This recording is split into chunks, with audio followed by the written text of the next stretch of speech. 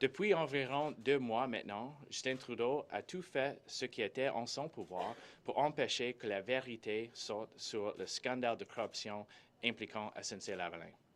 Il a refusé la tenue d'une enquête publique. Il a mis fin à 2 enquêtes de comité parlementaire sur le scandale. Il a changé sa version des faits. Il a tenté de faire porter le blâme à d'autres et il a été forcé de battre en retraite avec de fausses excuses.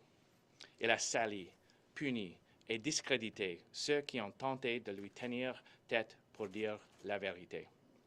Cependant, ces tentatives visant à étouffer les faits et faire taire ses critiques ne s'arrêtent pas là. La semaine dernière, j'ai reçu une lettre de l'avocat représentant Justin Trudeau menaçant de me poursuivre en justice pour mes critiques des gestes qu'il a posés dans le scandale de corruption de SNC-Lavalin. Vous avez tous reçu une copie de cette lettre. À la réception de la lettre de M. Trudeau, j'ai immédiatement consulté mon équipe juridique et, après mûre réflexion, j'ai été informé que les plaintes de M. Trudeau sont dépourvues de tout fondement. Je maintiens chacune des critiques que j'ai prononcées portant sur la conduite de M. Trudeau relativement à ce scandale, notamment celles citées par l'avocat de M. Trudeau dans sa lettre.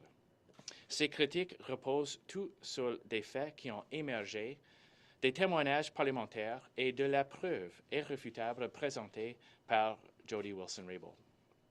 Aujourd'hui, mon avocat a répondu aux menaces de M. Trudeau. Vous avez tous aussi reçu une copie de cette lettre.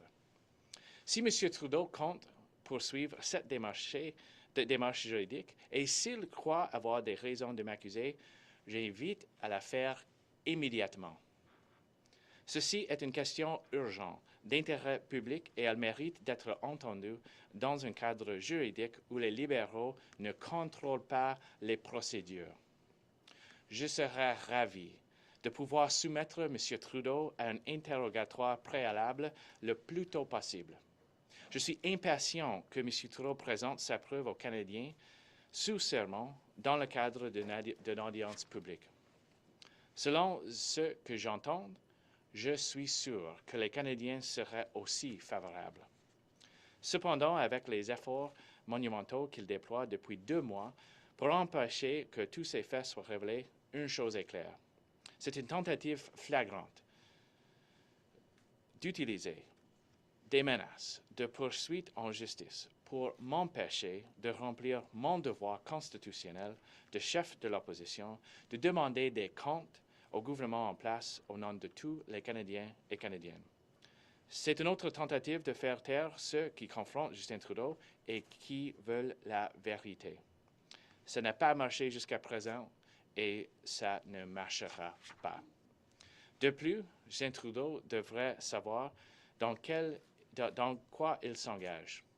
Il sera interrogé sous serment pendant des heures pour que nous fassions toute la lumière sur cette affaire. Il devra aussi produire des documents qui montrent ses vraies motivations pour aider ses amis à échapper à la justice.